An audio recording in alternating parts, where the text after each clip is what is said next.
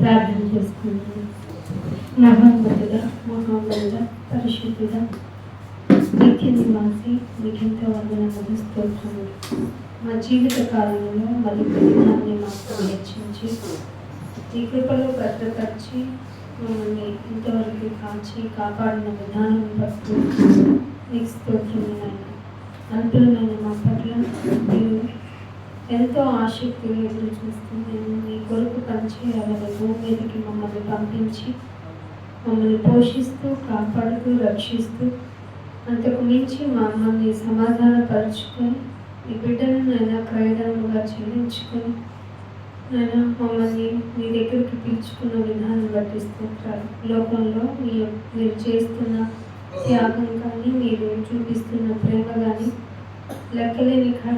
లెక్క చేయలేని కడవరి స్థితిలో ఉన్నప్పుడు మీరైతే మీ బాకానాదం మోదమని చెప్తున్నారు కనుకనైనా మేము నైనా ఈ పనిని చేస్తూ ఉన్నాము. నైనా వినగల మనస్సు కలిగి ఉంది. నేను నీ కొరకు నిలబడే మనుషులను మీరు వెతుకుతూ ఉన్నారు. వెతికిన మీకు ఆయాసము దుఃఖమే కలిగింది, కానీ కొద్దిమందిగా ఉన్న శేషముతో మీరు మాట్లాడిస్తూ కొంతమందినైనా అగ్నిలో నుండి లాగవలసిన బాధ్యతను మాపై పెట్టారు కనుక మీరిచ్చిన బాధ్యతను మరింత సక్రమంగా నిర్వర్తించడానికి మమ్మల్ని అందరినీ సిద్ధపరచండి. లోకము దాని ఆశ గతించిపోతాయని మీరు చెప్తున్నప్పుడు లోకము పర్మనెంట్గా ఉంటుందని ఆశపడిపోతున్నాయి జనాంగానికి మీ పొలికేకను వినిపించి మా శాయశక్తిలో మీ వైపు త్రిప్పడానికి మమ్మల్ని సిద్ధపరచమని ఇదిగో నీ మాటలు కొన్ని గుర్తు చేసుకుంటూ కొన్ని విషయాలుగా పరిగణలోకి మాట్లాడాలని ఆశపడుతున్న నాకు పరిశుద్ధాత్మ దేవ మీ సహాయాన్ని అందించండి. నాయన వినుటకు మాత్రమే కాకుండా వినిన దాన్ని నాయన కార్యరూపం దాల్చుకునేలాగా నాయన నీ మాటలు ఫలించేలాగా సహాయం చేయమని యేసుక్రీస్తు వారి పరిశుద్ధమైన నామాన్ని ప్రార్థన అడిగి వేడుకుంటున్నాం తండ్రి, ఆమేన్. దేవుని నామమున అందరికీ వందనములు. దేవుడు మనల్ని సజీవులుగా ఉంచి భూమి మీద మన యొక్క ఆయుష్ను పెంచి దయా కిరీటం అనే వాత్సల్యతతో తనను తగ్గించుకుంటూ మనకిచ్చిన ఆయుష్ని మనము ఆయన కొరకు ఉపయోగపడతాము అనేటువంటి అవగాహన కలగాలనే ఇటువంటి మాటలు చెప్పించడానికి మనల్ని సమకూర్చారు. దేవుని మాటలు వినటము, దేవుని యొక్క ఆలోచనను గుర్తించటము మనిషికి ఆలోచన విధానము. మనిషి ఎక్కడికి వెళ్ళిపోతున్నాడు అంటే ఏదైనా మనుషులకు కనపడాలి, మనుషులను గుర్తించాలి, మనిషి నాకు ప్రయారిటీ ఇవ్వాలనేటువంటి లౌకికమైన మనిషి తన మనస్సుని హెచ్చించుకుంటున్నాడు. కానీ దేవుని మనస్సు ఏంటి, దేవుని యొక్క ఆలోచన ఏంటి, అసలు నేను భూమి మీదకి రావటానికి కారణం ఏంటి, ఇలాంటి ఆలోచన విధానం లేకపోవటం దుఃఖకరం. మీకు దేవుడి యొక్క మాటలను చూపిస్తాను. బైబిల్ గ్రంథం ఓపెన్ చేసి అందరూ 2వ దినవృత్తాంతములు గ్రంథము 34వ అధ్యాయము 27వ వచనం చూడండి. 34వ అధ్యాయము 27వ వచనం. నీ మనస్సు మెత్తనిదై ఈ స్థలము మీదను దాని కాపురస్తుల మీదను దేవుడు పలికిన మాటలను నీవు వినినప్పుడు నా సన్నిధిని నీవు తగ్గించుకుని నీ వస్త్రములు చింపుకొని నా సన్నిధిని కన్నీరు విడవాలి, అప్పుడే నేను ఈ మనవని ఆలోచిస్తానని దేవుడు చెప్తున్నాడు. ఇక్కడంతా డెప్త్ అయిన మాటలు ఉన్నాయంటే దేవుని మందిరానికి వచ్చిన వెంటనే నీ మనసు మెత్తనైపోవాలి. రాయలాంటి గుండెను నీకు మాంసము కలిగిన మెత్తని మనసుగా చేస్తానన్న దేవుని యొక్క కాన్సెప్ట్ని మనిషి గ్రహించడం లేదు సరికదా. దేవుని సన్నిధికి అంటే తనకున్న దర్పంతో, తనకున్నటువంటి ఆలోచనతో, తనకున్న ఈ లోకపరమైనటువంటి యావగేషన్స్ తోటి ఇక్కడికి వచ్చేసి కూర్చుంటున్నాడు. దానివల్ల మనసు కఠినం అయిపోతుంది. కఠినమైపోయి ఏమనిపిస్తుంది అంటే నేను భూమి మీద చాలా భక్తిగా జీవిస్తున్నాను, చాలా బాగుంటున్నాను అనుకుంటున్నాను. కానీ ఇక్కడ దేవుడు ఏం చెప్తున్నాడంటే నీ మనసు మెత్తనిది అవ్వాలి.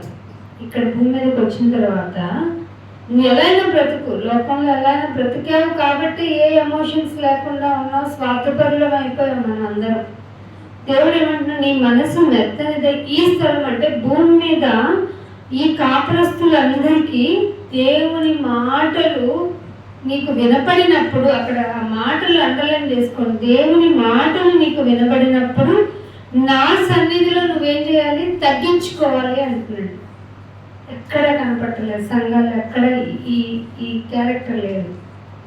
దర్పం ఎక్కువైపోయింది, బాగా డంబంగా ఉండటం అలవాటు అయిపోయింది మనుషులకి. ఒకరినొకరిని హెచ్చించుకోవటం, ఒకరినొకరు పొగుడుకోవటం, ఒకరు నిన్ను పొగిడితే అక్కడే నీ ఎండింగ్ స్టార్ట్ అయిందని చెప్పిన యేసుప్రభు వారి మాటను కూడా వెనక తోసేసి భజన కార్యక్రమాలు మొదలైపోయినాయి. దేవుని మాటను చెప్పాలి, చెప్పించాలి, వినపడేలాగా మనం చేయాలి. కానీ అక్కడ ఏమంటున్నాడంటే నా మాటలు నీకు వినపడినప్పుడు నా సన్నిధిని నీవు తగ్గించుకొని నీ వస్త్రములు చింపుకొని నా సన్నిధిని కన్నీరు విడవాలి. అంటే అంత మెత్తగా అయిపోవాలి నీ హృదయం. అప్పుడు నేను కదా నీ రిక్వెస్ట్ నేను యాక్సెప్ట్ చేస్తాను అంటున్నాడు. ప్రభువా, మీరు ప్రార్థనలు గమనించండి, చాలా మందిని దేవుని సన్నిధిలో పాటలు పాడే విధానాన్ని గమనించండి. అసలు దేవుడి కోసం పాడుతున్నారా, లేకపోతే వాళ్ళ యొక్క సౌండ్ సిస్టమ్ కోసం పాడుతున్నారా, లేకపోతే వాళ్ళ గాత్రం కోసం పాడుతున్నారా, లేకపోతే సరౌండింగ్ అటెన్షన్ కోసం పాడుతున్నారా, ఏం తెలియటంలా. అసలు దేవుని స్తుతించడానికి హంగామాతో కూడినటువంటి వాయిద్యాలు అవసరమా అంటే ప్రస్తుత జనరేషన్ అవును అవసరమే అంటారు. దేవుడు ఏమంటున్నాడంటే నా సన్నిధిలో నీవు నీ మనసుని మెత్తగా చేసుకోవాలి, అప్పుడే నా మాటలు నీకు వినిపిస్తాయి. భక్తుడు ఇంకొక మాట అంటున్నాడు చూడండి, కీర్తనలు 141వ కీర్తన,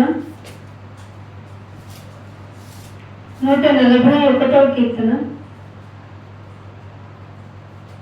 3వ వచనం చూడండి. యెహోవా నా నోటికి కావలి ఉంచుము, యెహోవా నా నోటికి కావలి ఉంచుము. ఈ ప్రేయర్స్ ఉన్నాయి. అసలు నా పెదవుల ద్వారంకి కాపలాగా అయినా ఎప్పుడన్నా టపటప మాట్లాడేస్తామండి. ఎందుకంటే మనది లోకపరంగా బ్రతికిన బ్రతుకు మంది, అప్పుడప్పుడు పాత వాసనలు వస్తూ ఉంటాయి. తెలియకుండా ఈ మాట ఎందుకన్నాము అని మనకు మనమే ఆలోచించుకోకుండా కొన్ని మాటలు వదిలేస్తాం. అలాంటి సిచ్యువేషన్ రాకుండా ఉండాలంటే భక్తుడు ఏం ప్రేయర్ చేశాడో చూడండి. నా నోటికి నువ్వు కాపలా ఉండు నాయనా. అసలు ఇలాంటి మాటలు చెప్పే సంఘాలు ఎక్కడున్నాయి? లేవు. పైగా అంటున్నాడు నా పెదవుల ద్వారమునకు కాపు పెట్టు. ఈ పిల్లలు పెద్దవాళ్ళు ఉన్నప్పుడు చిన్నపిల్లలు ఏదైనా మాట నీకు వాత పెడతానరా అంటారు. ఒక పెద్ద భక్తుడు, అతిగా ఇష్టమైన భక్తుడు, నాయనా నీ సన్నిధిలో నా ప్రేయర్ బాగుంది కదా, నీ సన్నిధిలో నా యొక్క బలులు బాగున్నాయి కదా అని అనట్లా, నా పెదవులకు నువ్వు కాపు పెట్టు, నా పెదవుల ద్వారా నా కాపలా కాయి అంటున్నాడు. మనం ఇలాంటివి చేస్తున్నామా? మన మాట ఎంత ఇంపార్టెంటో ఇక్కడ తెలుస్తుంది. మనం మాట్లాడే ప్రతి మాట దేవుడు కౌంట్ చేసుకుంటున్నాడు. కానీ ఇది ఎవ్వరూ మనకేంటంటే లైఫ్ టైం ఫ్రీ 32 ప్లాన్ ఇచ్చాడు కదా ఆయన. కొంతమందికి ఈ 32 ప్లాన్ ఆగిపోద్ది, పెరాలసిస్ వచ్చు, లేకపోతే ఇంకే జబ్బులు వచ్చి మాట రావట్లేదండి. ఈ మధ్య ఈ జబ్బులు కూడా ఎక్కువైనాయి. మాటలు రావట్లేదండి, మాట సరిగ్గా తడబడతానండి, వ్యాక్సిన్ తీసుకోవడం వల్ల స్ట్రోక్ వచ్చింది, ఈ ప్రాబ్లమ్స్ అయినాయండి, ఆ ప్రాబ్లమ్స్ అయినాయి. మాట మధ్యలో కోల్పోయిన వాళ్ళు చాలా మంది ఉన్నారు, అవునా కదా? 32 ప్లాన్ వాళ్ళకి ఆఫ్ చేశాడని అర్థం. మీకు తెలుసు కదా, మొబైల్స్లో ఇంత ప్లాన్ వేసుకుంటే ఎంతవరకే మాట్లాడుకోవాలని ఉంటారు. దేవుడు కూడా మనకి లైఫ్ టైం ఇచ్చాడు ప్లాన్. ఆ ప్లాన్ సరిగ్గా ఉపయోగించుకోకపోవడం వల్ల మధ్యలో మన యొక్క ప్లాన్ ఆయన తీసేశారు. ఇప్పుడు ఏం చేయాలి? అలాంటి పరిస్థితులు రాకుండా ఉండాలి అంటే నీ నోటికి కాపలా పెట్టుకోవాలి. తుపటుప మాట్లాడేయకూడదు. ఏం మాట మాట్లాడాలన్నా దేవుడు రేపు నన్ను క్వశ్చన్ చేస్తే నా దగ్గర ఆన్సర్ ఉందా? అన్యులతో ఒకలాగా మాట్లాడాలి, ఇంట్లో వాళ్ళతో ఒకలాగా మాట్లాడాలి, చర్చ్ వాళ్ళతో ఒకలాగా కాదు. ఎప్పుడు ఒకేలా ఉంటేనే మన భక్తి పెరుగుతుంది, మన భక్తిలో ట్రాన్స్పరెన్సీ వస్తుంది, అంటే యథార్థత వస్తుంది. ఇక్కడ ఒకలాగా ఉన్నా అక్కడ ఒకలాగా ఉన్నా అంటే నీకు కూడా మల్టీ పర్సనాలిటీ వస్తుంది. అంటే ఎక్కడికి ఒక రోజు ఇలా ప్రవర్తించాం మనం, ఏదో ఒక రోజు టంగ్ స్లిప్ అయ్యేది ఇక్కడే. అందుకే చర్చెస్లో గొడవలు ఎందుకు జరుగుతున్నాయి? భక్తిగా కూర్చుని అందరం దేవుడికి పాడుకుందాం, మాట్లాడుకుందాం, దేవుడి మాటలు విందామని వచ్చిన మందిరాల్లో కూడా గొడవలు ఎందుకు జరుగుతున్నాయంటే ఇక్కడ ఒకలాగా లోకంలో ఒకలాగా ఉండటం మనకు అలవాటు అయిపోయింది. అదే ద్వంద్వ మనస్తత్వం, రెండు నాలుకలు, ఉభయ చరజీవిగా ఉన్నావా? కప్ప లాంటి స్వభావం. కప్ప ఎక్కడ ఉంటుంది? ఇలా రోడ్డు మీద ఉంటుంది, అది నీటిలోనే ఉంటుంది. మనము అంతే, లోకంలోనూ ఉంటాం, చర్చిలోనూ ఉంటాం. దేవుడికి ప్రాబ్లం ఎవరితో లేదంటే లోకంలో ఉన్న వాళ్ళు డిసైడ్ అయిపోయాడు ఆయన, సరే వాళ్ళు ఎలాగో వెళ్ళిపోతారా. నీ పరిస్థితి నాకు అర్థం కావట్లేదు, కాసేపు అక్కడ ఉన్నావు, కాసేపు ఇక్కడ ఉంటున్నావు. ఏ క్యారెక్టర్కి నీకు నేను మార్క్స్ ఇవ్వాలి, ఏ క్యారెక్టర్కి నిన్ను ఫైనలైజ్ చేయాలి? అప్పో చిరాకు వస్తుందని ఉమ్మేస్తాను కూడా అన్నాడు ప్రకటన గ్రంథానికి వచ్చాయన అన్నాడు కదా. నా నోటి నుండి నువ్వు నులివెచ్చగా ఉన్నావు. అదే ద్వంద్వ స్వభావం అంటే నులివెచ్చగా ఉన్నావు. అటు వెచ్చగా అయిపోయి వేడిగా ఉన్నాయంటాం, బాబు చల్లగా ఉన్నాయంటాం. నీ పరిస్థితి ఏంటో నాకు అర్థం కావట్లేదు. నులివెచ్చగా ఉన్నావు, కంఫర్ట్ జోన్ లో బ్రతికేస్తున్నావు, లోకంతో హాయ్ హాయ్ అంటున్నావు. ఇక్కడికి వచ్చి నూనె లోకం మనకి సూటబుల్ కాదు, మనం అంతా సపరేట్ అంటున్నావు. ఏ కేటగిరీ ఇంతకు నువ్వేంటి నాకు అర్థం కావట్లేదు. వాళ్ళతోనన్నా నాకు క్లారిటీ ఉంది, వాళ్ళ మాట వినటం లేదన్న క్లారిటీ ఉంది, వాళ్ళ కొరకు నేను ఉంచేసాను.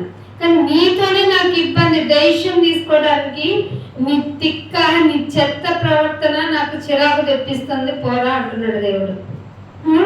అలాంటి పరిస్థితి మనం ఎదుర్కోకుండా ఉండాలంటే ఏం చేయాలంట?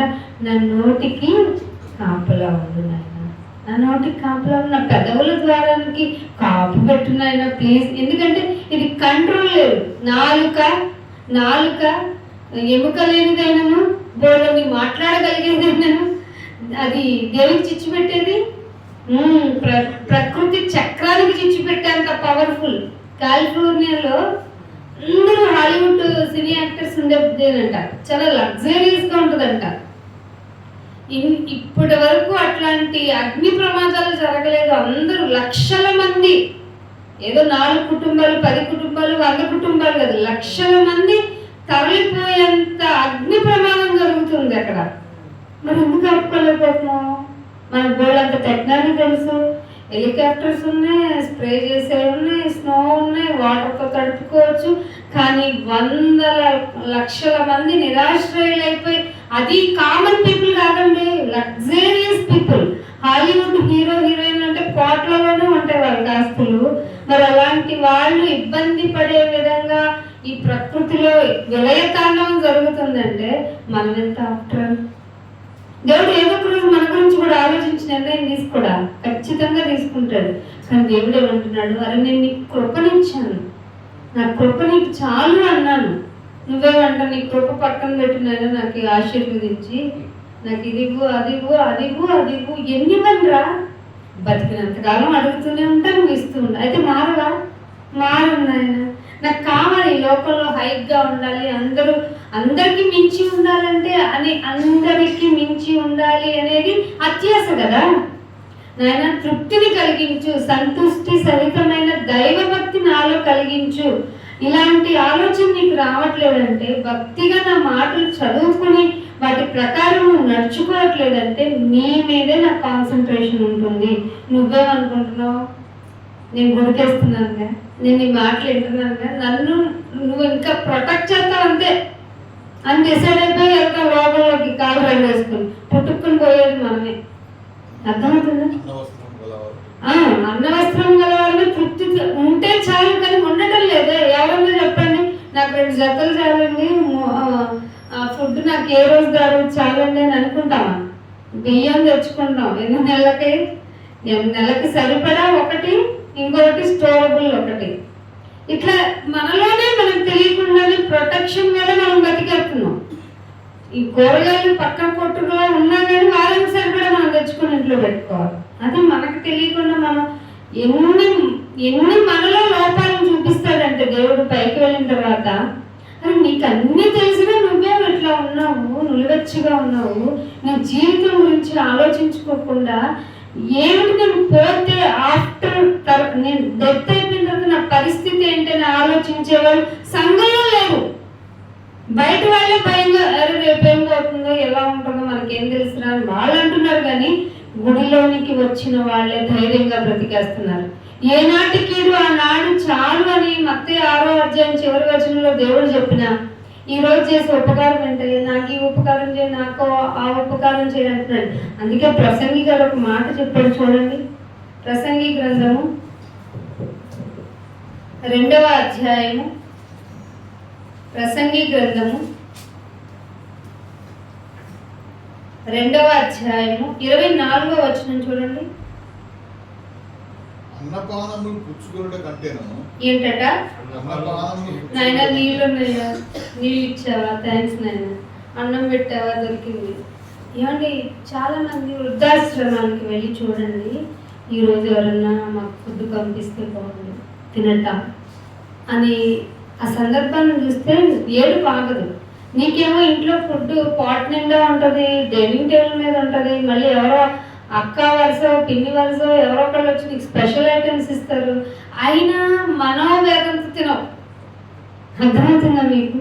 దేవుడు నిన్ను అంత ప్రేమించి ఇది తినిపించి నీ దగ్గరికి ఫుడ్ రావడమే గ్రేట్. అసలు ఆయన కిందది కూడా అంటారులేండి, అన్నపానములు పుచ్చుకున్నట్ట కంటేను తన కష్టార్జితముతో సుఖపడటం కంటేను నరుడికి ఇంకేమన్నా మేలుందా చెప్పండి? నీకు ఇష్టమైంది నువ్వు కష్టపడింది చక్కగా నీకు కష్టపడిన దాంతో కొని తెచ్చుకొని తినేదే మేలు ఉందట. అంతకంటే మేలు లేదు స్వయంగా దేవుడు చెప్తున్నాడు. అన్నపానములు పుచ్చుకొని కష్టార్జితంతో సుఖపడట కంటే నరునికి మేలుకరమైనది ఏదియూ లేదు. ఇది దేవుని వల్లే అవుతుంది, ఇదియును దేవుని వల్లే అవుతుందని నేను తెలుసుకున్నానని ప్రసంగా చెప్తున్నాడు. ఇంకొక కింద మాట అంటున్నాడు 25వ వచనంలో, ఆయన సెలవు లేక భోజనం చేసేవాడు. అంటే ఇన్ని సంవత్సరాలు మన లైఫ్ పీరియడ్ లో ప్రతిరోజు తినేస్తున్నాం పడుకుంటున్నాం. మనం తింటున్నామంటే అని ఆయన అనకపోతే, అంటే బిడ్డకి ఛాన్స్ ఇచ్చాను తినమని అని అంటున్నాడు ఎవ్రీడే. ఎస్ అంటున్నాడు. అందుకే ప్రతిదినము ఆయన వాత్సల్యత పెంచుకుంటున్నాడు.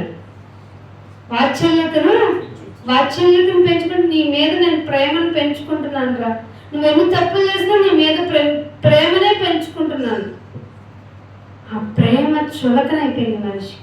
అందుకే ఎవ్వరు వినరు ఆయన మాటలు. లోకంలో బిజీ పండగ, ఏ పండగ మకరుడు సంక్రాంతి సూర్యుడు మకర రాశిలోకి వచ్చేదాన్ని కూడా పండగ చేసుకుంటాం, కానీ ఆ సూర్యుని ఇచ్చిన దేవుని గురించి మాత్రం మనకు ఆలోచన లేదు. అర్థమవుతుందా? అంటే కాలానికి ఎక్కువ ప్రయారిటీ ఇస్తున్నాడు. అసలు అన్నపానములు పుచ్చుకొని నీ కష్టార్జితంతో సుఖముగా బ్రతకడం అనేది దేవుడిచ్చిన ఛాన్స్. ఇది చాలదా? సుఖపట్టాల మనిషి దీని గురించి కూడా వెలపడుతున్నాడు. అందుకని ఇంకొక మాట చూపిస్తాను. అదే ప్రసంగి గ్రంథము 5వ అధ్యాయానికి చూడండి. 5వ అధ్యాయము 12వ వచనం చూడండి. 5వ అధ్యాయము అది కష్టజీవులు కొద్దిగా తినినను ఎక్కువగా తినినను సుఖంగా పడతారు. అంటే మనిషికి నిద్ర లేదు. ఇప్పుడు నీకు నిజాన్ని చెప్తున్నా, మనిషి నాకు నిద్ర పట్టలేదని, నాకెందుకు నిద్ర పట్టట్లేదు. ఎందుకు నిద్ర పట్టలేదంటే నువ్వు కష్టపట్టలేదని అర్థం.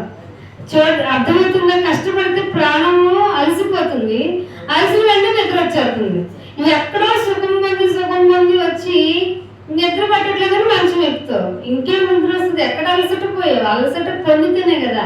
యాక్చువల్గా నీ లైఫ్ సైకిల్లో నిద్ర పోవాలి. పగలంతా కష్టపడాలి, నైట్ అయితే నిద్రపోవాలి.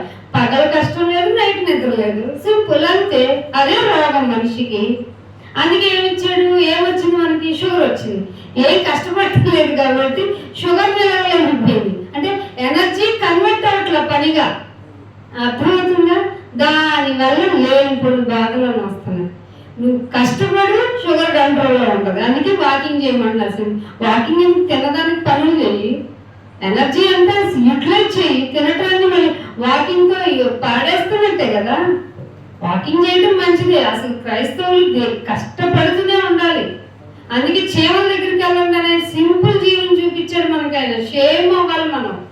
చిచ్చిచి ఆ జీవనం చూపించాడేంటి? అంతగా లేజీ ఫెలోనా, సోమరి అని పిలిచి మరి సోమరి చీమలు ఎద్దుకుడేవరా నాయన, ఏంటి నాయన మరీ అంత సామాన్య? ఎస్, సోమరిని. ఇక్కడ ఏమంటున్నాడు? కష్టజీవులు కొద్దిగా తినను, కొంచెం ఎక్కువ తిన్నాను, హాయిగా పడుకుంటారు. పైగా అయితే అత్యాశతో ఐశ్వర్యం చేసుకుంటారు. ఐశ్వర్యవంతులకు తన ధన సమృద్ధి చేత, అండర్లైన్ చేసుకోండి, ధనము ఇంక్రీజ్ అయిందంటే నిద్ర పట్టదు. రెండు పాయింట్లు. నిద్ర ఎందుకు రావట్లేదని డాక్టర్ దగ్గరికి వెళ్ళి మందులు తెచ్చుకున్నా ఉపయోగం లేదు. అదే నువ్వు కష్టపడినా పడట్లేదు, లేదంటే నీ ధనం ఎక్కడో అభివృద్ధి అయిపోతుంది. ఎందుకంటే నీ ధనం ఎక్కడ ఉందో నీ మనసు అక్కడే ఉంటుంది. పెట్లో ఉందా అక్కడే ఉంటుంది. ఎక్కడన్నా సీక్రెట్ ప్లేస్లో ఒక అమ్మ మన కరోనా టైంలోనే అనుకుంటా ఎక్కడో దాచిపెట్టింది. పాపం అది చదలు పట్టేసిందండి. ఇలా కష్టం ఆవిడ చూపించి ఏడుస్తుంది, అయ్యో నా డబ్బులు అని. దేవుడు ముందే చెప్పాడు, నీ డబ్బు అనేది చెదలో పట్టిద్ది అని. కష్టపడిందండి సుఖపడు. అంటే అదే కదా అన్నాడు, నీ కష్టంతో సుఖము అనుభవించడం దేవుడిచ్చిన బ్లెస్సింగ్ రా అని చెప్పాడు. ఇంకొక మాట 18వ వచనంలో చూడండి. 18వ వచనం ఇదే అధ్యాయం. మరియు కోరదగినదిగాను చూడగానే ముచ్చటగా అనిపించింది నాకు ఒకటి కనపడింది అంటున్నాడు తెలివైన ప్రసంగి గారు. అదేంటంటే దేవుడు తనకు నియమించిన ఆయుష్కాల దినములన్నీ ఒకడు ఆయుష్కాలం అంతా అంట అన్ని అన్నం తింటే నీళ్ళు తాగటం, పుచ్చుకొనుచు మళ్ళీ తన కష్టార్జితం అంతటి వలన అమ్మయ్య క్షేమంగా ఉన్నానని ఉండటమే. ఇదే అతనికి భాగ్యం అంట. మనం ఏంటండి ఏవేవో అడిగేస్తున్నాం. ఎన్ని భాగ్యాలు ఇచ్చాడు ఆయన, ఎంత భాగ్యాలు ఇచ్చాడు.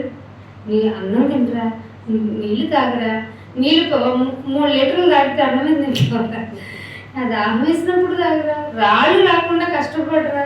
మరి తినకపోతే తాగకపోతే సరైన ఫుడ్ న్యూట్రిషన్గా అవ్వకపోతే నీకు రాళ్ళే అవుతాయి. దాని పని అది చేసుకోవాలి. బాడీలో అన్ని అవయవాలు దాని పని నిమిత్తం పెట్టాడు. అవి పని చేయాలంటే నువ్వు పని చేయాలి. అర్థమవుతుందా? ఎంత బాగా చెప్పాడండి దేవుడు. ఇంత నీ శరీరం కోసం కష్టపడాలి, అంతకు మించి నీ ఆత్మీయ అభివృద్ధి కోసము కష్టపడాలి. అందుకే ఒక మాట చూపిస్తాను చూడండి. యోబు గ్రంథము 36వ అధ్యాయము. యోబు గ్రంథము 36వ అధ్యాయము 11వ వచనం చూడండి. వారు ఆలకించి ఆయనను సేవించిన అండర్లైన్ చేసుకోండి. వారు ఆలకించాలి, ఆయనను సేవించిన ఎడల తమ దినములు అమ్మయ్య క్షేమముగాను తమ సంవత్సరములను సుఖముగా. సంవత్సరం అంతా మమ్మల్ని కాపాడేయని ప్రార్థన చేస్తే కుదరదట. అండర్లైన్ చేసుకోండి. ఎవరన్నా హ్యాపీ న్యూ ఇయర్ అంటే కుదరదు. ఏం చేయాలి అంటే ఆయన మాటలు ఫస్ట్ ఆలకించాలి. ఏం చెప్తున్నావు నాయన అని శ్రద్ధగా నా మాటలు వినిన ఎడలా, విన్న ఆ మాటల ప్రకారం నన్ను వర్షిప్ చేసిన ఎడలా, అంటే వర్క్ ఈజ్ వర్షిప్, పని చేయటమే ఆరాధన. నన్ను సేవించిన ఎడలా మీ దినములు ఎలా ఉంటాయి? మీ దినములు అలా వెళ్ళిపోతాయి. అంటే సంవత్సరం అంటే ఇలా అయిపోయింది అనిపించింది. పైగా తమ సంవత్సరములను సుఖముగాను వెళ్ళబుచ్చుదురు. హ్యాపీ న్యూ ఇయర్ అనుకుంటే కుదరదు. సంవత్సరం అంతా కాపాడేవాళ్ళు ఒక లాస్ట్లో ఏమండి ఎన్ని అద్భుతాలు చేసి ఉంటాడు ఆయన. అన్ని అద్భుతాలకి సంవత్సరంలో చివరి రోజు కృతజ్ఞత గుడిక. ఎంత కన్ఫ్యూజ్డ్ ఫెలోస్ అండి, ఎంత పిసనారాళ్ళు మనం. ఆ పిసనారాళ్ళు కూడా రానివాడు దేవుడు, పరలోకానికి రానివాడు ఆయన. ఎలా ఇట్లో అసలు ఆయన ఎప్పుడు ఆ మాట చూపించాలి మీకు. కీర్తనలు 40వ అధ్యాయము, కీర్తనల అధ్యాయం 40వ అధ్యాయము 5వ వచనం చూడండి. 40వ అధ్యాయం. నా దేవా, నీవు మా ఎడల జరిగించిన ఆశ్చర్య క్రియలు, మా ఎడల నీకున్న తలంపులు బహు విస్తారములు. ఏమంటే బహు విస్తారాలు అంటే ఆయన చేసిన ఆశ్చర్య కార్యాలు ఒక కూడికి చాలా, ఒక కూడికి సరిపోద్దా? ఇలా ప్రతి వారం ప్రతిరోజు చేయాలి, మనకు కుదరదు. ఆ ఎగ్జామ్షన్ ఇచ్చారు ఆయన. సరే వారానికి ఒకసారైనా ఊడుకుంటారు, మీకు సమయం అనుకూలం చేసుకుంటారు, సమయాన్ని మీరు సద్వినియోగం చేసుకునేలాగా కూడుకుంటారు. అబ్బే టైం లేదు, టైం ఇచ్చింది ఎవరు? టైం ఎవరికొరకు ఇచ్చాడు? ఎవరిచ్చారు? టైం ఇచ్చింది ఆయన, టైం నీకే. నువ్వే టైం లేదు అంటే నేను తీసుకెళ్ళి ఎక్కడ వేయాలి? టైం లేని నరకంలో వేయాలి. అది ఎంతకాలం? అనంతకాలం. ఈజీగా ఉన్నాయి కదా మాటలు, అక్కడికి వెళ్ళిన తర్వాత ఉంటుంది మన పరిస్థితి. నీవును మా బోటివాడు అయ్యారా అక్కడ మైకెట్టి మరీ కోటేశ్వర గారు చెప్పారే, వినిపించలేదా? ఎందుకురా మా బోటివాడు అయ్యావు అని పక్కనోడు వచ్చింది రుచి రాగానే వాడు మొదలవుతుంది. ఏంటి ఎట్టొచ్చి పడ్డానని నీ బాధతో నువ్వు పడుగొనుకొని నాయనా నాయనా అని అరిచి గొంతెండిపోయి నీళ్ళు ఇవ్వలేకపోతుంటే పక్కనోడు వస్తాడు మళ్ళీ. వాడు అదే బాధపడి, నువ్వెందుకురా, నీకు నాకంటే వెనకొచ్చావు కదా, నీకు టైం ఉంది కదా, నీకు చెప్పబడింది కదా, మాట వినపడింది కదా, నీకు ఇంత బాగా చెప్పించినా కూడా నీకు బుర్రకి వెళ్ళలేదా? నీకు ఫుడ్ వెళ్ళింది కదా, ఆలోచించుకోవడానికి అన్ని వసతులు ఇవ్వబడ్డాయి కదా, ఎందుకు ఆలోచించుకోలేదు? నువ్వెందుకు అలా అయిపోయావని నరకంలో ఇంకొకరు క్వశ్చన్ చేస్తే పరిస్థితి ఏంటి? అందుకే ఏమంటున్నాడు, దేవా మా ఎడలను జరిగించిన ఆశ్చర్య క్రియలు. అంటే మామూలు క్రియలు ఏంటో తెలుసా? రోజు నీకు ఆక్సిజన్ ఇవ్వటం, రోజు నీకు ఫుడ్ ఇవ్వటం, రోజు నీకు నీ చలికి కాచుకునేలాగా వస్త్రాలను ఇవ్వటం. అప్పుడు ఇలా చెప్పుకుంటూ పోతే రోజులు సరిపోతాయి. అవి క్రియలు మాత్రం. అసలు భూమిని తిప్పడం, చంద్రుడు రావడం, సూర్యుడు రావడం, ఎక్కడ నీకు ఇబ్బంది కలగకుండా జీవితం సాగిపోవడం, అబ్బా చల్లంటూ వెచ్చగా దుప్పటి కప్పుకొని పడుకునేలాగా నీకు వాతావరణం కల్పించబడటం, అయ్యో బాబో ఈ చలేంటి అని అనుకున్న ఇదొక మెమరీగా నీకు మారడం. ఎన్ని క్రియలండి ఇవన్నీ! జస్ట్ క్రియలు కాదు, ఆశ్చర్య క్రియలు, విస్తారములు. ఇప్పుడు ఏ విస్తారమైన క్రియ గురించి నువ్వు ఒక కృతజ్ఞత బూడిద పెడతావు? అసలు నేను బతుకున్నాను ఆయన ఆక్సిజన్ ఇచ్చినందుకే. గుర్తుపెట్టుకోవాలి, ఆక్సిజన్ మనం తయారు చేసుకోలేము. ఒకవేళ తయారు చేసుకుంటే అత్యవసరం అయితేనే వాడతాం, దానికి కూడా రేటు కట్టుకొని. ఏంటి రోజులు వేసి వంటతో చేసినట్టు ఆక్సిజన్ ఏమైనా చేసుకుంటామండి మనం? అస్సలు దాని గురించి ఆలోచన లేదు. కానీ అది లేకపోతే సెకండ్ కూడా బతకం మనం. ఇవన్నీ వదిలేసి లోకంలో ఎన్ని ఆలోచనలు, బహు విస్తారములు, వాటిని వివరించి చెప్పాలని అనిపించినా బాబోయ్ లెక్కకు మించినవి నాయన అవి. భక్తుడు చెప్పుకున్నాడు, ఏ రోజున చెప్పుకున్నామండి, పడకెక్కి ఫ్యాన్ సరిగ్గా తిరగట్లేదంట, పక్కన పూజ ఆలోచిస్తా, ఈ ఇల్లు బాగానే ఉంది పైన ఇంకోటి వేద్దాం అనుకుంటావు. కానీ నాయన నా పట్ల నువ్వు జరిగించిన ఆశ్చర్య క్రియలు లెక్కకు మించిన వాటిని వివరించగలనా అని ఏ రోజన్నా ప్రార్థన చేశాయండి ఈ సంఘాలు? అలా నేర్పిస్తున్నారండి ఎవరన్నా?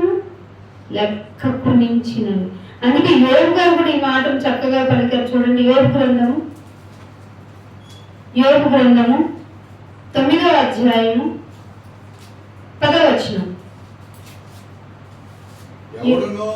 ఎవడును తెలుసుకొనలేని అది మహత్తైన కార్యములను, లెక్కలేనన్ని అద్భుత క్రియలను ఆయన చేసేస్తున్నాడు. ఇప్పుడు ఏ మహత్తు కార్యాన్ని గురించి నువ్వు ప్రేయర్ పెట్టాలి. నాయన సంవత్సరం అంతా కాపాడారు. అరే మహత్తు కార్యం అది, ఆశ్చర్య కార్యం అది. ఒకటా రెండా లెక్కకు మించినవి విస్తరించి చెప్పేదని వివరించి చెప్పేదని అనుకుంటున్నా అవి లెక్కకు మించి ఉన్నాయి. నువ్వేంటి only one day thanks giving అంటావు? నాయన వందనాలని చెప్పేస్తావా? బతుకంతా నీకు ఆక్సిజన్ ఇచ్చినందుకు 1,11,600 కిలోమీటర్ల వేగంతో తిరుగుతున్న భూమిని కేవలం నీకోసం తిప్పితే థ్యాంక్ యూ గాడ్ సంవత్సరం అంతా కాపాడావని ఒక మేకనో ఒక కోడినో కోసి మళ్ళీ పండుగ చేసుకుంటావా నలుగురిని పిలిచి? ఏం అన్యాయం జరుగుతుంది దేవునికి, ఏం అన్యాయం జరుగుతుంది. దేవుని తరపు నుంచి నేను ఉత్తరవాదిగా అడుగుతున్నాను మిమ్మల్ని. అడుగుతున్నారు ఎవరన్నా? ఏంటన్నా ఒక్క కూడికే పెట్టన్న వారానికి ఒక రోడ్లో నన్ను పరిచయం చేయమన్నాడు. అదే ఒక మాట చూపిస్తాను. యెషయా గ్రంథము 12వ అధ్యాయము, యెషయా గ్రంథము 12వ అధ్యాయము 4వ వచనం చూడండి. 4వ వచనం, యెహోవాను స్తుతించుడి. థ్యాంక్స్ నాయనా. ముందు నేను ఒక మంచి మ్యూజిక్ సిస్టమ్ చెప్తాను, స్తుతించమన్నా. నాకు అదొక్కటే గుర్తుంది. ఇదిగో పొలమని నేను డమ్ డమ్ ఏంటంటే అది పెడతారు కదా డ్రమ్స్, డీజేలు పెట్టేస్తున్నాను. నేను స్తుతించమన్నా అంతే, అదొక్కటే నాకు కనపడిందని. డీజేలు పెట్టకరానైనా తర్వాత మాట కూడా చదువు, తర్వాత మాట చదువు. ఆయన నామమును, ఆయన నామం ఒకటి ఉంది, దాన్ని మర్చిపోతుంది మానవ జాతి.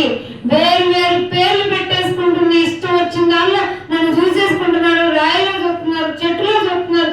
అది కాదు. నా నామాన్ని గురించి నువ్వు ప్రకటన చెయ్యాలి. ప్రకటన, అడ్వర్టైజ్. ఆయన నామము ప్రకటన చెయ్యాలి. జనములలో ఆయన క్రియలను ప్రచురము చేయాలి. అర్థమవుతుందా? దేవుడు చెప్పిన మాట అర్థమవుతుందా?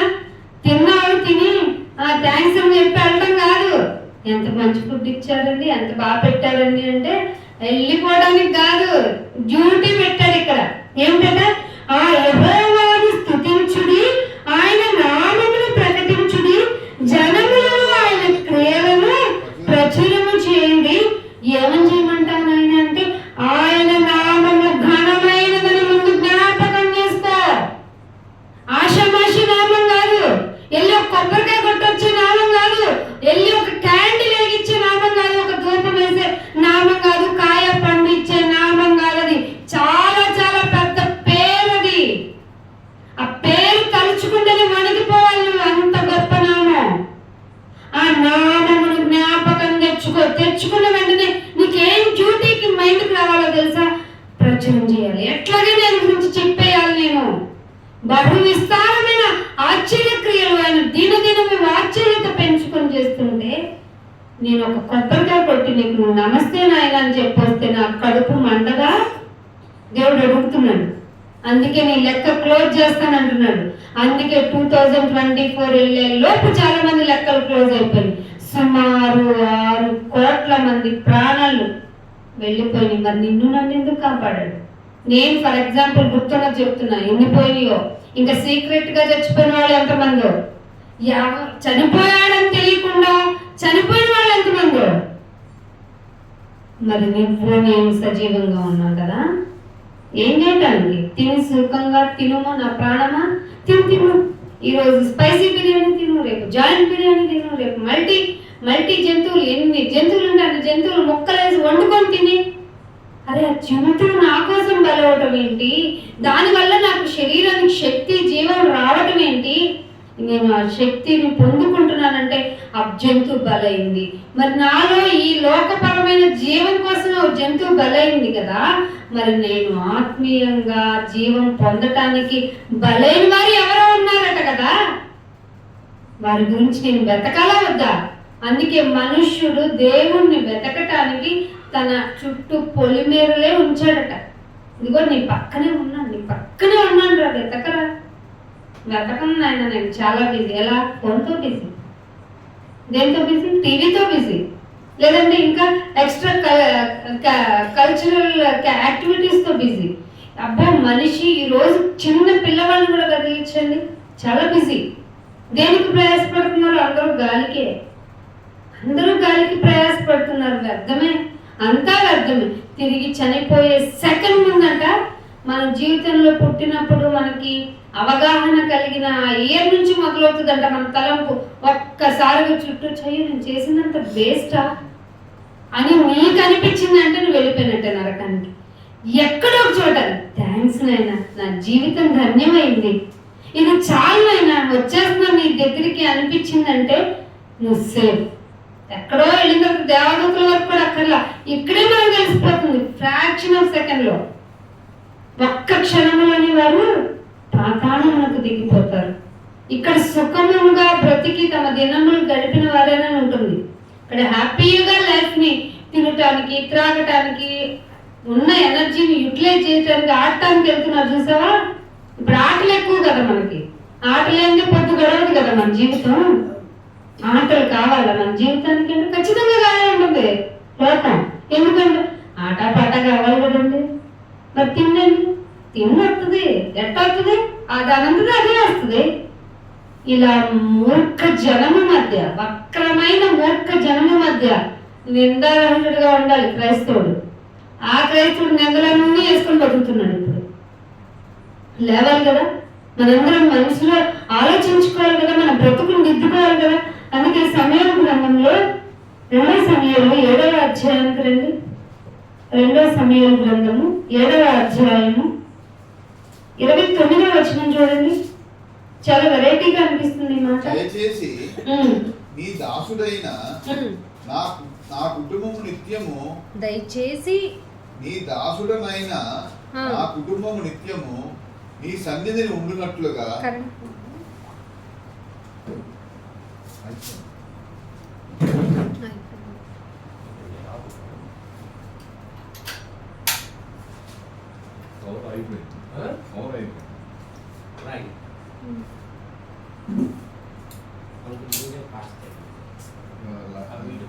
వీడియో పాస్ చూడండి. 7వ అధ్యాయము 2వ సమయాల గ్రంథము. దయచేసి నీ దాసుడనైన నేను నా కుటుంబము నిత్యము నీ సన్నిధి ఉండునట్లుగా దానిని ఆశీర్వది. ఈ ప్రార్థన ఎవరు చేశారు? దయచేసి నీ దాసుడనైన నేను ఒక్కదాన్నే వస్తానండి మందిరానికి. ఏం చేస్తావు వచ్చి? ఈయనేసి వెళ్ళిపోతావు, మర్చిపోయి ఇంటికి వెళ్ళి మళ్ళీ నీ వాడుక బాసు నీ కుటుంబాన్ని అంతా తేవాలి. అప్పుడే ఆశీర్వాదం వస్తుంది. అదే అంటున్నాడు ఈ సమయంలో, దయచేసి నీ దాసుడనైనా నేను నా కుటుంబము నిత్యము నీ సన్నిధిలో ఉండేలాగా దాన్ని ఆశీర్వదించు నాయన. నువ్వే ఆశీర్వాదాలు అడుగుతావు, నన్ను ఆశీర్వదించు, నా ఫ్యామిలీని ఏమని ఆశీర్వదించాలి? నువ్వు వచ్చి కనపడవు, నీకు ఆయుష్ని ఇచ్చేయాలి, ఆరోగ్యాన్ని ఇచ్చేయాలి. లాస్ట్లో నేను ఒక సంవత్సరానికి ఒక కృతజ్ఞత కూడికి పెట్టుకున్నాను. అయ్యగారిని పోషించేస్తాను, అయ్యగారికి కోసేస్తాను, నీకు మాత్రం వందనాలు చెప్తాను. ఏంటిది?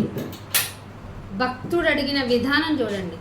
నీ దాసుడినైన నేను నా కుటుంబము కలిసి నీ సన్నిధిలో ఉండేలాగా దాన్ని ఆశీర్వదించండి. ఎన్ని కుటుంబాలు వచ్చినాయి మరి. సంవత్సరం ఆదిలోనే అంశపాదు, మనకి ఆదిలోనే అంశపాదులు పెట్టుకుంటే సంవత్సరాంతం కాపుదల కలుపుతాడు ఆయన. నువ్వు సంవత్సరంలో సుఖంగా వెళ్ళపుచ్చాలంటే నా మాట వినాలి, నువ్వు విని దాని ప్రకారం నడుచుకోవాలి అంటున్నాడు. ఎవరు చేస్తున్నారు అట్లా? అందుకే ఇంకొక మాట, రోమిల్కి రాసిన పత్రిక 2వ అధ్యాయం చూడండి. రోమిల్కి రాసిన పత్రిక 2వ అధ్యాయము 7వ వచనం. 7వ వచనం.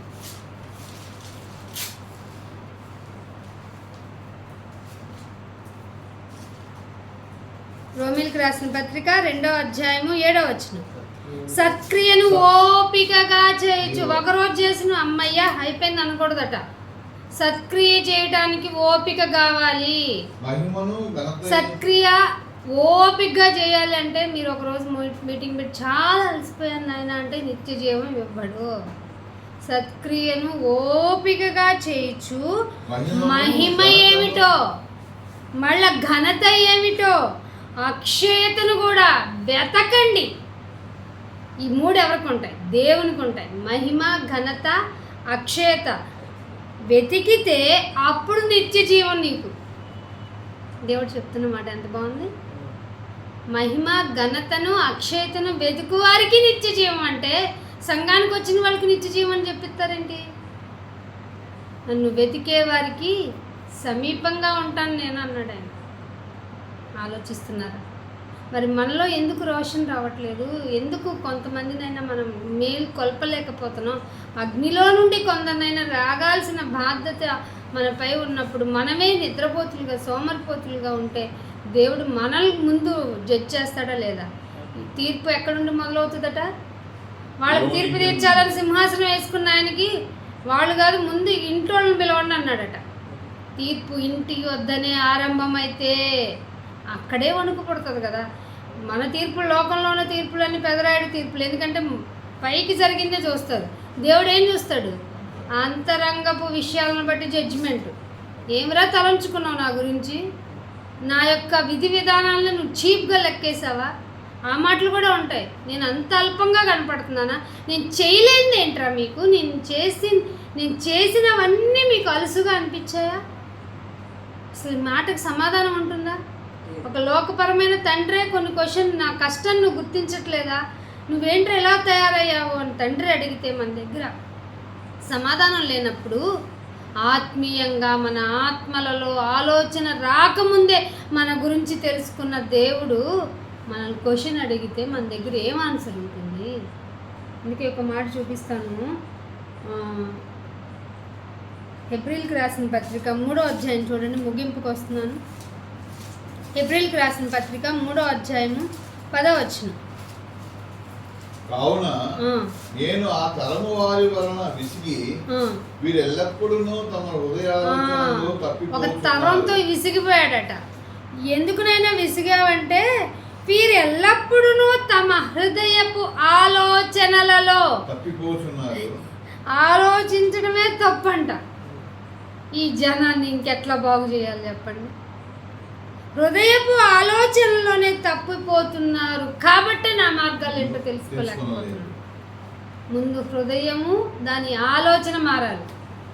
హృదయం ఆలోచిస్తుంది. ఏమని ఆలోచిస్తుంది? నా హృదయమా, తిను, తాగు, సుఖించు. లేదంటే ఇది కొట్లు బాగా ధాన్యం పండింది, ఇంకో గోడౌన్ కడతాను అంతే. మనం ఏంటంటే సింపుల్గా ఇంకో ఇల్లు కట్టుకుంటాం, లేదంటే ఇంకో స్థలం కొంటాం, లేదంటే ఇంకొకరికి పెళ్లి చేస్తాం, లేదంటే ఇంకొకరికి ఏం చేస్తావు? పుట్టినరోజు పండగ చేస్తావు. పోయిన సంవత్సరం కన్నా ఇంకా గ్రాండ్గా చేస్తావు. ఉపయోగం ఏమిటి? గ్రాండ్గా చేసినా చేయకపోయినా ఆయన ఆక్సిజన్ ఇవ్వాలి, ఆయన పోషించాలి.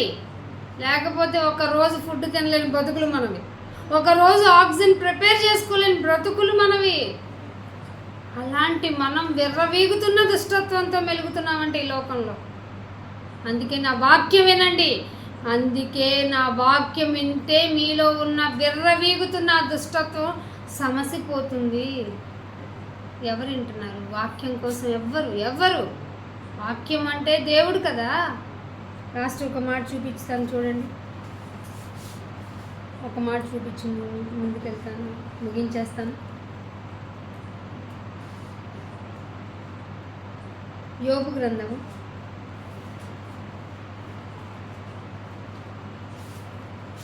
23:11 వచనం చదవండి. యోబు గ్రంథము 23వ అధ్యాయం 11వ నా పాదములు ఆయన అడుగుజాడలు విడవక నడిచినవి. ఏమట?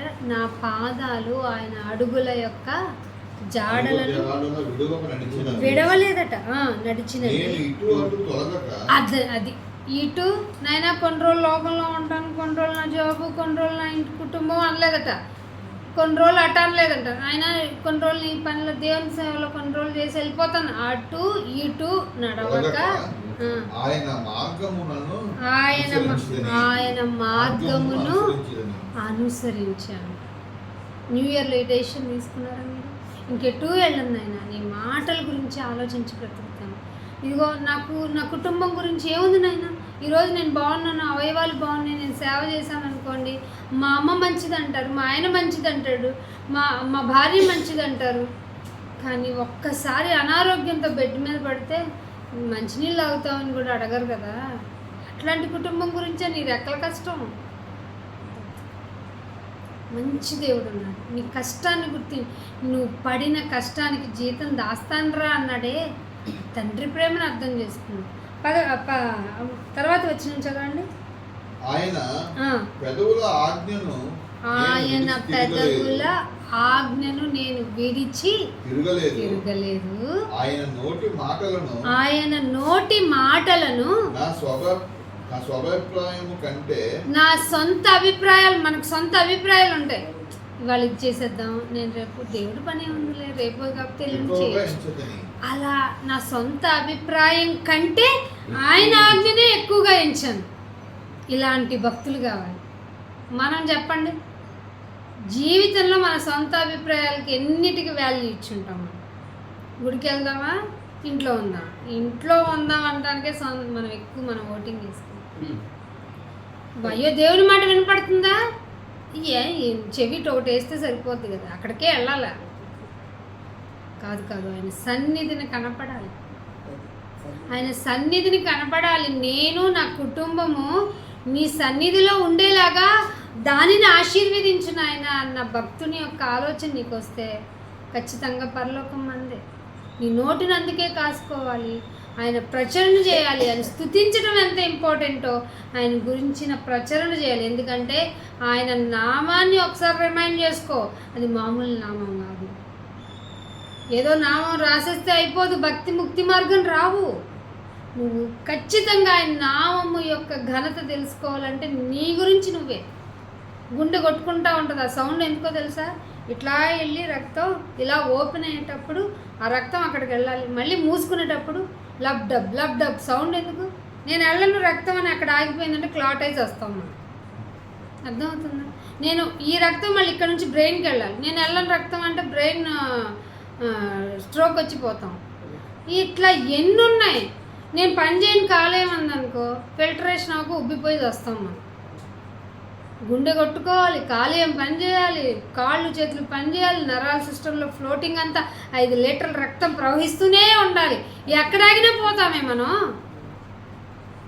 ఇన్ని ఆశ్చర్యకార్యాలు చేసి మళ్ళీ ఫుడ్ వెళ్ళి అదే డైజెస్ట్ అయ్యి నీకు సుఖమైన నిద్రనిచ్చి రోజును చూసి అమ్మయ్య రోజు గడిచిపోయిందనే లోపు సంవత్సరాలు అయిపోయింది నీ జీవితంలో. ఎంత ఆశ్చర్యం! అయినా బతికున్నాం మనం. ఇంత ధన్యతనిచ్చిన దేవుణ్ణి ఒక్క రోజుతో కాదండి, ప్రతి సెకను ఆయనకి మనం కృతజ్ఞులమై ఉన్నాం. మనం ఏం చేస్తున్నాం? ఒక్కరోజు చెప్పేసి బాయ్ డాడీ అంటున్నాం. ఒప్పుకుంటాడా? ఒప్పుకోడు.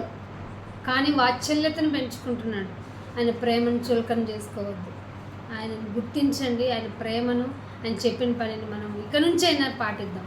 దేవుని ప్రార్థన చేసుకుందాము. దేవుడి మాటలు దీవించుగాక. ప్రార్థన.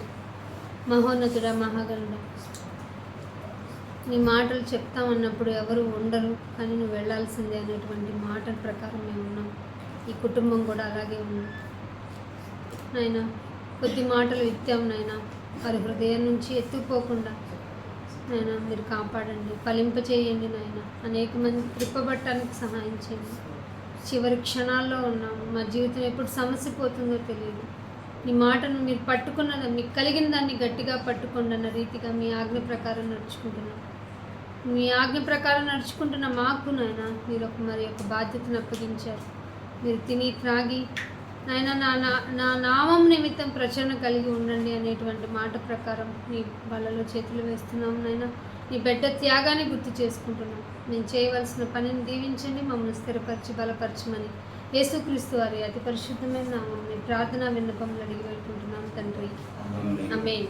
అందరికీ వందనాలండి. Thank you all of you. God bless you.